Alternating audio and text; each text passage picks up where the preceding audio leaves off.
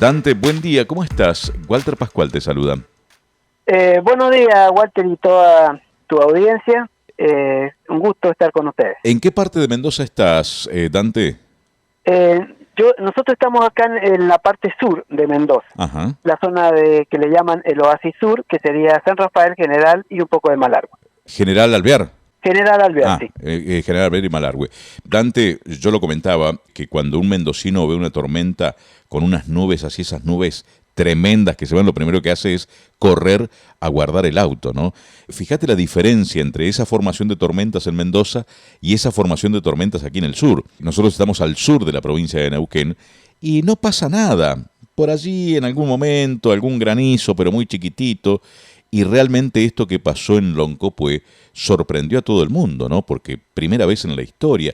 ¿Por qué suceden estas cosas, Dante? Bueno, en principio la formación del granizo no es tan sencilla. Ajá. Es decir, en forma artificial muchas veces se ha querido generar granizo y existen algunas cuestiones que todavía no están tan claras, que hace que prácticamente todavía no se pueda generar granizo en forma artificial. Uh-huh. Para la formación de granizo se necesitan condiciones meteorológicas precisas, si no, no se forma. Por eso que tampoco no es tan común que caiga granizo. Claro. Es más común las nevadas, etcétera. Uh-huh. Pero granizo no es tan común.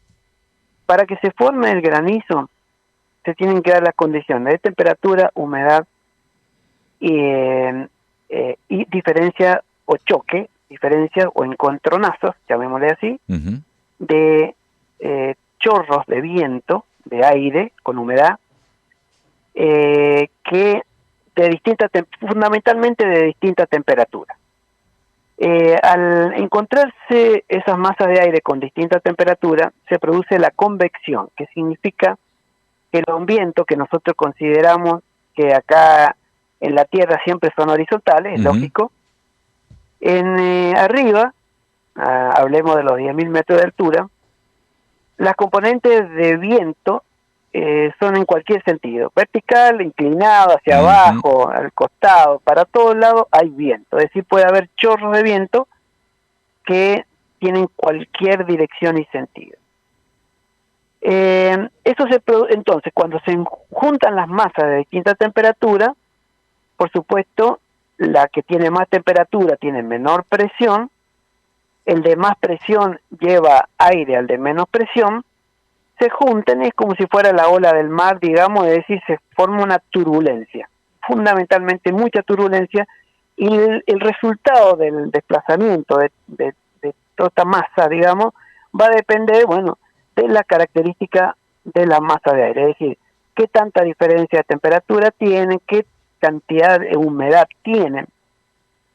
Y eso hace que existan zonas en donde es más propenso la formación de granizo y otras que Claro. son prácticamente imposibles, digamos, Claro. ¿no es cierto?, que se den esas condiciones. El tamaño del granizo precisamente se da en base a esto que vos estabas comentando, la cantidad de la cantidad de humedad en la nube con las distintas Claro. ráfagas de viento en distintas direcciones. ¿Eso Bien, también, eso genera también el tamaño del granizo? Exactamente. En principio, la cantidad de granizo va a provenir de la cantidad de agua que esté en suspensión en forma de nube, Claro. ¿no? Por otro lado, todo granizo que se forma cae. Ajá. No hay nada para hacerle al respecto. Claro, claro, claro. El tamaño del granizo queda determinado por lo siguiente. Cada granizo no nace de la nada, nace de un germen, de una partícula, una molécula de sal, una pelucita infinitesimamente chiquita, en donde la tensión superficial del agua la rodea. Uh-huh. Luego la siguiente humedad se le empieza como a pegar y a medida que se le va pegando, la gota se va haciendo más grande. En condiciones normales, una gota aguanta más o menos en la tensión superficial un medio centímetro como máximo. Uh-huh. Cuando supera eso, se reparte Cae. en dos. Ah, mira. Se hace como dos gotas, Uh-huh. digamos, ¿no? Uh-huh. Es decir, hay una evolución ahí en la formación de cada una de estas gotas, digamos. Ahora, si esa gota lo agarra un chorro de aire y lo lleva hacia arriba, más o menos cada 120 metros baja la temperatura 1 grado cuando nosotros nos vamos hacia arriba. Ujú. Entonces llega un momento que se congela y es la formación de el agua, que normalmente estaba como líquida, pasa a ser Sólida. granizo, es decir, se Claro, congela. claro. Ahora, el tiempo que tarda en congelarse tiene que ser muy corto, porque tampoco no va a estar 2 horas una partícula allá arriba. Ujú. Por lo tanto, realmente se congela a temperatura de menos 40, menos 50 grados Apa, de claro. temperatura, porque en poquito tiempo se tiene que congelar. Mm. Esto sería en condiciones normales, ¿no? La cantidad de agua que haya se va a repartir en la cantidad de gérmenes o de núcleos, que se llaman núcleos glaciógenos, le llamamos nosotros, de que sería el germen de la gota. Ujú. Dependiendo de esa cantidad, es la cantidad de, digamos, de gotas que se van a formar. Es decir, la cantidad de agua se reparte en una cierta cantidad de Claro, gotas. claro. Cuando hay pocas partículas, se reparte en menos partículas. Cuando la cantidad de agua supera, entonces la gota se enfría, digamos, antes se enfría ya cuando es sólida. Ujú. Entonces el siguiente momento, la humedad que se le pega al granizo, se le pega y no se rompe porque es rígida. Mm. Entonces ya no depende de la tensión superficial, sino que ya es un núcleo sólido. Y la siguiente humedad se le sigue pegando hasta que Y eso es lo que va formando el ese tamaño. granizo Claro. empieza a aumentar muchísimo de tamaño. Claro. Ahora, qué cosa, ¿no? Pues fíjate todas las condiciones que se tienen que dar en esta zona, en Loncopué, digo, no en nuestra zona que estamos en el sur, pero en Loncopué. Ahí están mandando algunas otras fotos de la piedra que se formó en Loncopué. En Mendoza ya esto lo tienen hace muchísimos años muy aceitado, e incluso se trabaja en tratar de disminuir esa presión que tiene la nube para achicar el granizo o desarmar la tormenta, ¿no? Antes de la formación del granizo. Esto es una práctica, Dante, que se viene realizando hace muchísimos años en Mendoza. Sí. Yo llevo, por ejemplo, yo fui uno de los primeros que entró en el sistema. Yo llevo 33 años ya de trabajo ahí, así que vi las tormentas desde hace muchos años atrás, cuando hacíamos combate con unos cohetes rusos. Claro, que estaban incluso hasta las bases misilísticas, ¿no? Claro. Ujú. Sí, yo estuve ahí también. Bueno, y el objetivo fundamental, o sea, desde el punto de vista energético no se puede hacer nada, Ajá. porque las magnitudes de la naturaleza son tan grandes que nosotros con nuestros recursos nunca podemos ni hacerle ni cosquillas a ningún evento natural, ¿no? Ya sea de viento, de lluvia y de granizo también. Entonces lo que se ataca es la tensión superficial del agua, donde ahí no hay energía. Ujú. Lo que se hace es desparramar millones y millones de cantidad de partículas para que la misma cantidad de agua se reparta en más cantidad de unidades. Claro. Entonces la formación de cada una de ellas es más chica, y luego cuando cae, a medida que va cayendo, como normalmente hace se va temperatura un poco disolviendo. más elevada, Ujú. se derrite y cae agua. Claro, Ese sería el método, es lo único que se puede hacer, Pero hoy en hasta ahora día, que yo sepa, por lo menos. hoy en día, ¿no se están tirando las bombas esas que se escuchaban cuando se armaba una tormenta?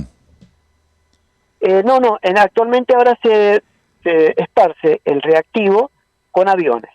Ajá. Existen 4 aviones que están preparados, digamos, para trabajar muy cerca de la tormenta. Tienen los planos reforzados y motores más grandes de lo que normalmente deberían tener, y los pilotos se aproximan bastante al núcleo de la tormenta y llegan hasta donde pueden. Ahí, cuando se encuentran las corrientes ascendentes, fundamentalmente que son las corrientes que están llevando chorros de aire hacia arriba con partículas que se van a congelar y van a generar granizo, ahí ese lugar se siembra. Es un lugar bastante preciso. Si llega con el avión, con el radar, se detecta el punto y el mismo piloto al andar arriba del avión se da cuenta dónde aparece el chorro y ahí en ese lugar siempre. Mirá vos, acá hay un oyente que dice, qué bueno lo que está explicando Dante, dice, esos chorros de aire, esas corrientes de chorro de aire, se llaman jet stream, ¿puede ser? Sí, tienen distinto nombre, sí, también. Muy bien. O sea, nosotros acá directamente en nuestra jerga le llamamos ascendente. Claro, más vale, por supuesto. Sí. Y aparte para que se entienda. Dante, yo... Claro, sí, porque, digamos, nosotros acá, por ejemplo, ya estamos acostumbrados a trabajar con eso. Para nosotros es relativamente más sencillo porque siempre hace más o menos lo mismo. Y entonces... Para nosotros es novedoso, claro. Es decir, nosotros estamos más acostumbrados a la nieve y la tenemos bastante clara con el tema de la nieve, pero no con el granizo, ¿no? Dante, yo te agradezco muchísimo estos minutitos, ha sido la verdad que más que claro, yo me quedaría charlando horas contigo. Te mando un abrazo hay mucho enorme. Para hablar al respecto, ¿no? Porque, digamos, esto sería como la cuestión principal, ¿no? Pero en el medio hay muchas cuestiones que también hay que irlas viendo que ocurren, ¿no es cierto? Cuando aparecen las tormentas nunca son iguales, ¿no? Más o menos el procedimiento físico siempre es el mismo, pero las condiciones en que se generan son bastante distintas. Claro. Y con respecto a eso que me decía que ahí nunca cae y ahora empezó a caer, bueno, es evidente que hay una modificación y cambios climáticos, ¿no es cierto? Claro. En la atmósfera, es evidente. Claro. Ahora, ¿qué pasa? No se puede cuantificar así tan exactamente porque son cuestiones aleatorias, es decir, hay como una tendencia. Lo primero que genera el cambio, la modificación del cambio climático es aumentar o magnificar los fenómenos meteorológicos. Es decir, por decir, si antes en una zona llovía 20, ahora a lo mejor ya llueve 40. Claro. Si antes había, por decir así, 30 días de viento en una zona, ahora hay mucho más cantidad es decir, todos los fenómenos se van incrementando.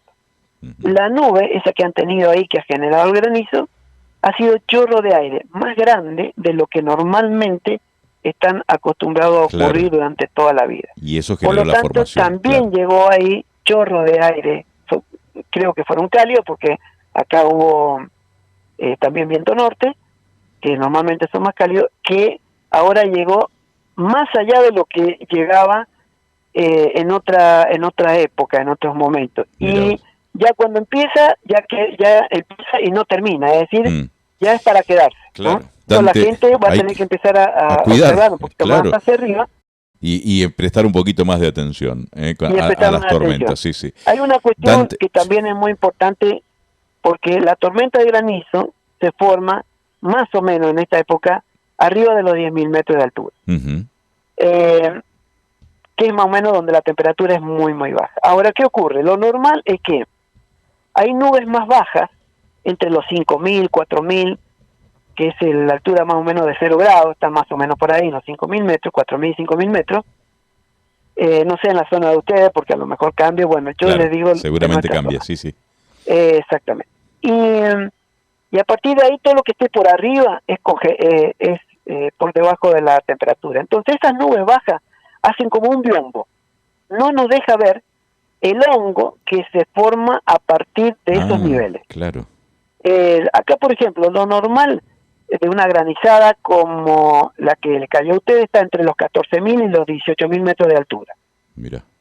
Cuando cae granizo de 3 centímetros, 4 centímetros, que le llamamos catastrófico nosotros. Sí, no, es que esto hizo 30 minutos duró la tormenta e hizo desastre en Loncopué. Me imagino.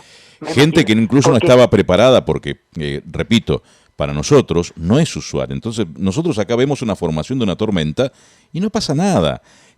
Chicos que estaban jugando en la calle, papás que cuando empezaron a ver las piedras que caían salieron corriendo a buscar a sus hijos, los vehículos que destruyó todo, la estructura de las viviendas, porque en esa zona, nos comentaban hoy de Loncopué, se usa mucho la chapa de cartón, ¿no? Porque no pasa nada. Y las piedras que cayeron agujerearon todas las chapas. Tremendo. Dante, te agradezco muchísimo estos minutos que nos has brindado, la verdad sos un genio. Te mandamos un abrazo enorme. Bueno, cuando quieran no hay problema, hay mucho para hablar al respecto. Seguimos charlando, pero Exactamente. la próxima hablamos de vino. Dale. Sí, también, eso me gusta a mí también. Un abrazo, Dante, gracias. Gracias. Hasta luego.